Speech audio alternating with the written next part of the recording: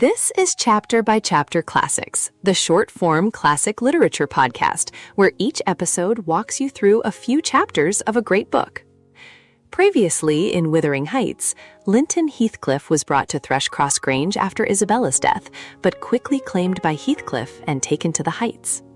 Young Cathy met both Linton and Hareton, and Heathcliff began shaping the younger generation into part of his revenge. In this episode, we're covering chapters 23 through 27, where secret visits and manipulation lead to forced marriage and a major shift in power. When you hear the title Wuthering Heights, you probably immediately picture a very specific, windswept aesthetic, right? Oh, absolutely. Yeah. Like two soulmates running across the stark Yorkshire moors, just completely consumed by this transcendent, almost feral love. Right, because for generations, that's exactly how it's been cemented in our cultural consciousness. It's the ultimate romance image. Yeah. It is marketed, adapted, and pretty much entirely remembered as the absolute pinnacle of the Gothic love story. You know, this concept of two people who are basically two halves of the same soul, just defying the constraints of the world around them. But then, you open the actual text. Right. Specifically, when you reach the pivotal events of chapters 23 through 27, that sweeping cinematic romance it completely evaporates. It really does. It's jarring. You realize very quickly that you are no longer looking at a love story. You're looking at this meticulous, chilling blueprint for multi-generational psychological manipulation and control. Yeah, it's a profound shift in the narrative. The book just strips away the illusion of passion and replaces it with a stark examination of a systemic trap. We move completely away from the wild emotions of the older generation, and we dive straight into the cold, hard mechanics of entrapment being forced upon the younger one. So today, our mission for this deep dive is to unpack the original text of these specific chapters. We are going to explore how Emily Bronte pivots this narrative into a masterclass on isolation, emotional extortion, and honestly, the complete weaponization of legal marriage. Which is such a fascinating angle. It really is. So to orient you, here is where we stand in the story. Down in the valley at Thrushcross Grange, Edgar Linton's health is failing. Right. He's got this severe winter cold that has settled obstinately on his lungs, and it's confining him entirely indoors. And as a result, his daughter, young Cathy, finds her world shrinking. She is increasingly isolated. And meanwhile, up on the hill at Wuthering Heights, Heathcliff is simply watching the clock. He's just ready to spring a snare he has been setting for years. Which is terrifying. It is. And that concept of isolation, it's the foundational bedrock of everything that follows. I mean, a predator cannot execute a trap of this magnitude if the prey has a strong support system or a clear view of the outside world. Yeah, that makes total sense. The vulnerability begins entirely with Cathy being cut off from her peers. Which brings us to the very first mechanism of this trap, which is the secret correspondence. So, Nellie Dean discovers that Cathy has been exchanging daily love letters with Heathcliff's son, Linton. Using the local milk boy as a secret career, right? Exactly. They're passing these notes back and forth, but Nellie raids Cathy's drawer, reads the letters, and notices something immediately wrong with the writing itself. The juxtaposition in the text of those letters is so jarring. Right, because they don't sound like him. No, not at all. Nellie describes them as this bizarre mix of childish flatness, which, is what you'd expect from the frail, sheltered Linton, but layered within that is this affected, highly articulate ardor. Yeah, like an adult wrote it. Exactly. The deeper emotional hooks, the mature manipulation, it clearly does not belong to a teenage boy. So Nellie correctly deduces that Linton isn't writing these alone, and she forces the end of the correspondence. But looking closely at this, we are essentially seeing a 19th century version of catfishing. Oh, that's such a good way to put it. Cathy isn't falling for Linton Heathcliff, the actual boy on the hill. She is falling for a highly edited, heavily curated reality that is being actively ghostwritten by his father. Yep. But, okay, let's unpack this for a second, because I struggle to reconcile this with what we know about Cathy. She's sharp, right? She's headstrong. She reads people well. She is. So why does she fall for a paper romance that is so clearly manufactured? Well, it's because of the vacuum created by her environment. We have to look at the psychology of sensory and social deprivation here. Okay. Cathy has been kept entirely within the protective boundaries of Thrushcross Grange. She literally has no friends her own age. Her primary companion is her ailing father, who is, slowly slipping away from her. Yeah. When the human brain is starved of connection and narrative, It becomes incredibly receptive to whatever fills that void, and Heathcliff understands this intimately. So the letters aren't necessarily about making her fall in love then. They are like a stress test. Precisely. It is remote control manipulation. Mm-hmm. Heathcliff is testing the waters of her gullibility from a safe distance. Wow. He is controlling the flow of information, establishing a narrative where his son is this tragic romantic figure, all before he risks any direct physical entrapment. He's just seeing how easily her reality can be bent. But then that remote control gets broken when Nelly cuts off the milk boy courier. And I want to look at how the tactic shifts here, because Heathcliff doesn't just give up when the letters stop. Oh no, he escalates. Right. He physically intercepts Cathy outside the Grange walls. Edgar is sick indoors, Cathy is out walking, and Heathcliff just blocks her path. This is where the passive manipulation turns into active, aggressive, emotional blackmail. And what's fascinating here is how he chooses his moment with terrifying precision. I mean, he is physically imposing, he corners her, and he immediately goes on the offensive. Yeah. But he doesn't use the tactics of a typical physical aggressor. No, he uses guilt. He stands there and tells her that Linton is literally dying of a broken heart because she stopped writing. It's so manipulative. It's insane. Yeah. He mimics a concerned, desperate father so perfectly. He says to her something like, "I swear on my salvation, he's going to his grave, and none but you can save him." Right. It's just this breathtaking piece of manipulation because he completely weaponizes her absolute best trait. Her compassion. Yes. This is the hallmark of a deeply intuitive psychological predator. Think about it. If Heathcliff threatened her with violence at the garden wall, her fight-or-flight response would trigger, and she'd just run back to the safety of the Grange. Right. Fear creates distance. Exactly. But guilt anchors the victim to the abuser. Oh, wow. He makes her entirely responsible for another human being's survival. He does. And he knows how deeply she loves her own dying father, so he hacks into that exact emotional frequency. He presents himself as a father desperate to save his son, creating this dark, inverted mirror of her own situation. It's incredibly perverse. He really is. Yeah. He uses her capacity to care as the bait to lure her out of safety. It forces us to examine the mechanics of emotional extortion. By telling her that someone is dying and only she holds the cure, he binds her morally. Right. She no longer feels she is making a choice. She feels she is fulfilling an ethical obligation. He has effectively outsourced the trap to her own conscience. And it works flawlessly. Because believing she must save this tragic, swooning Romeo, Cathy secretly rides over to the moors. Yep. But the reality she finds is profoundly disturbing. Because the real Linton is nothing like the letters. The text here just utterly strips away all of that Victorian romanticization of illness. That is such a crucial point regarding the literature of the era. You know, in the 19th century, illnesses like consumption were frequently romanticized. Oh, yeah, definitely. They were portrayed as ailments that made a character pure or ethereal or spiritually elevated. But Bronte utterly subverts that trope. Yeah, it really does. She presents Linton's illness not as a purifying tragedy, but as a tool for leverage. Because he is a peevish, terrified, and deeply selfish young man, and he constantly uses his physical frailty as an offensive weapon against her. Exactly. Like during her visit, after a minor disagreement, he uses his cough to shut her down. He tells her, "You'll be comfortably asleep while I'm in agony and nobody near me." Huh. I know, right? He isn't seeking comfort. He is piling on the guilt to maintain control over her. If we look closely at Linton's behavior, we're basically watching the cycle of abuse play out in real time. We must recognize Linton as both a perpetrator and a profound victim here. That's a really good distinction to make. Yeah, because Heathcliff terrorizes him. Yeah. Linton lives in an environment of abject, paralyzing fear of what his father will do to him if he fails to secure Cathy's presence. Right, because Linton is completely powerless against Heathcliff, so he just finds leverage wherever he can. Exactly. When an individual is stripped of all agency, they learn to manipulate the only power they actually possess. And for Linton, his only power is his weakness. Wow. He learns that his physical decay forces others to accommodate him.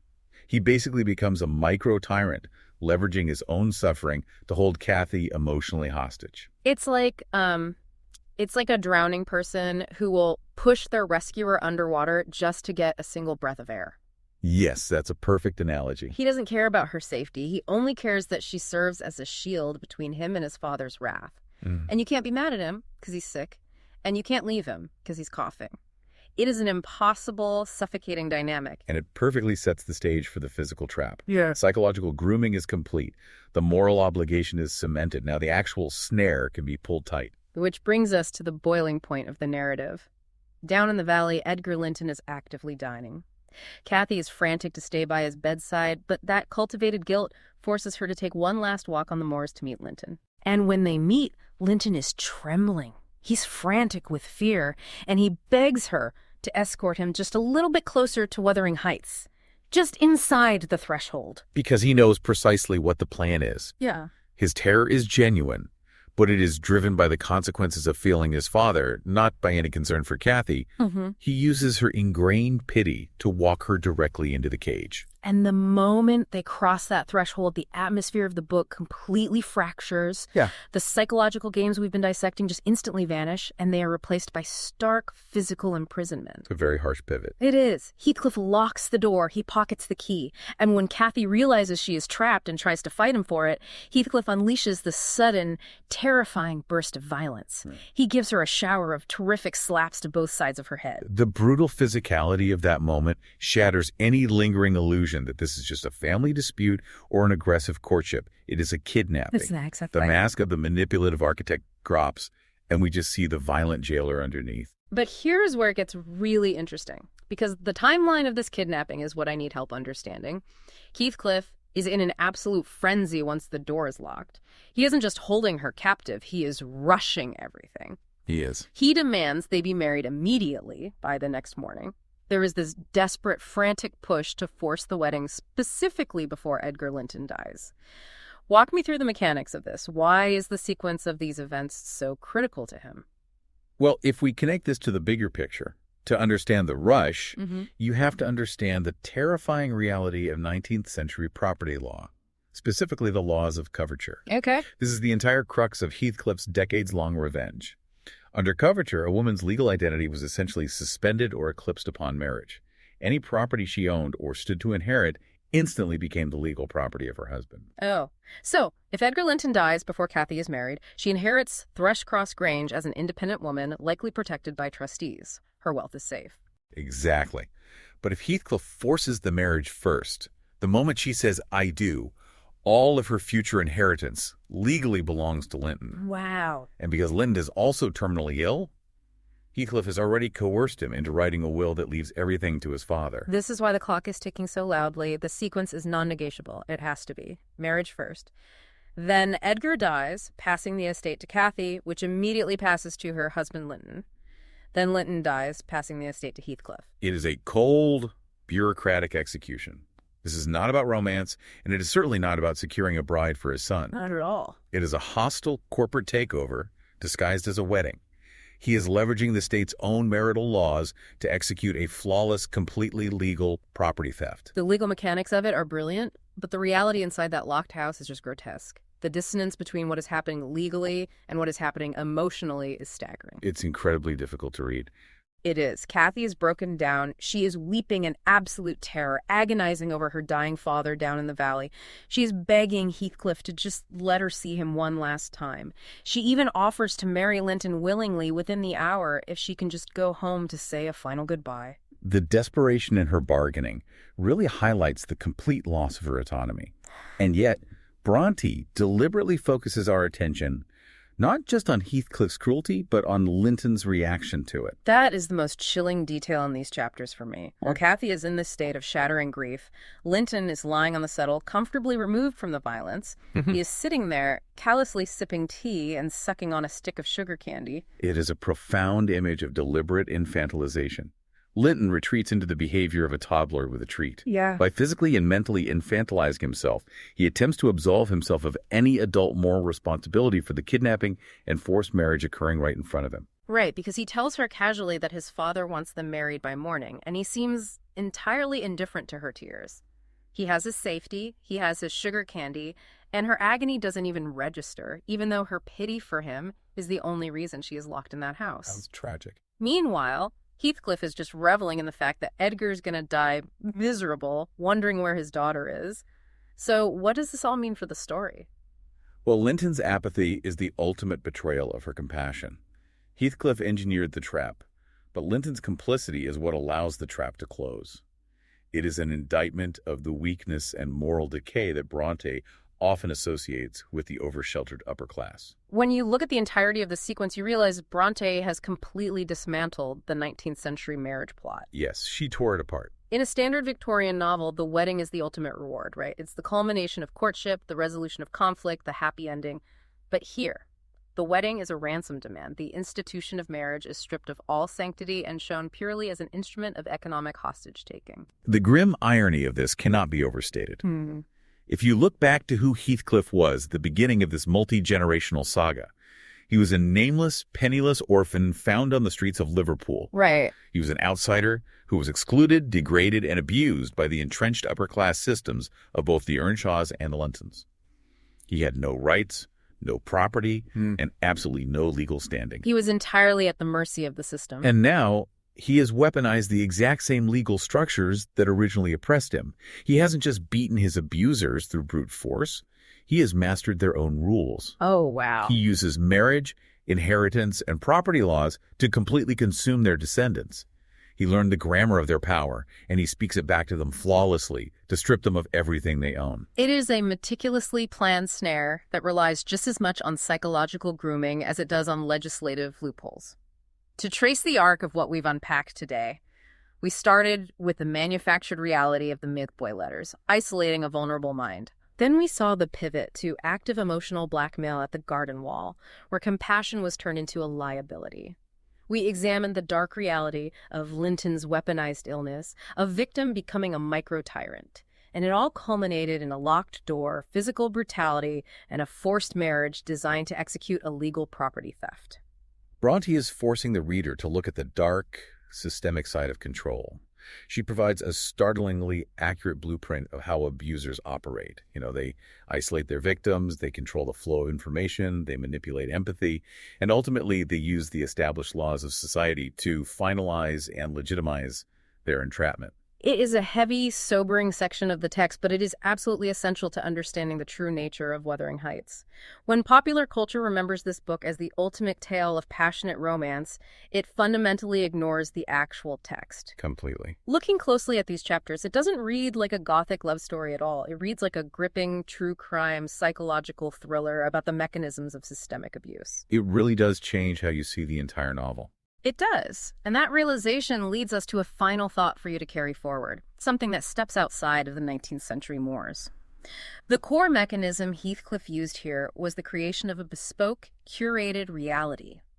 Those ghost-written letters, designed specifically to isolate Cathy from her peers, trigger her emotions, and control her behavior.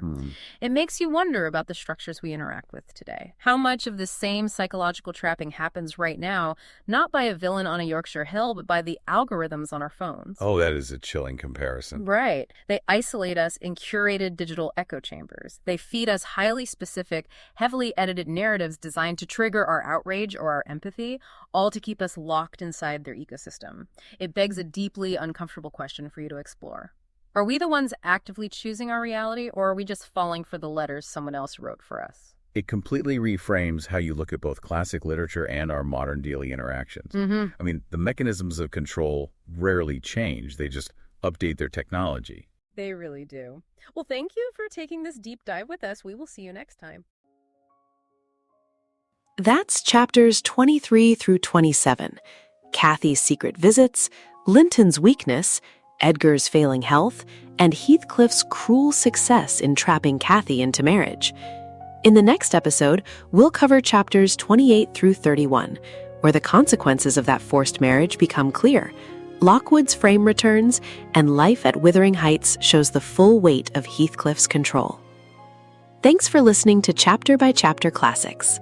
If this episode helped you follow the story, follow the show in your podcast app so you don't miss the next chapter.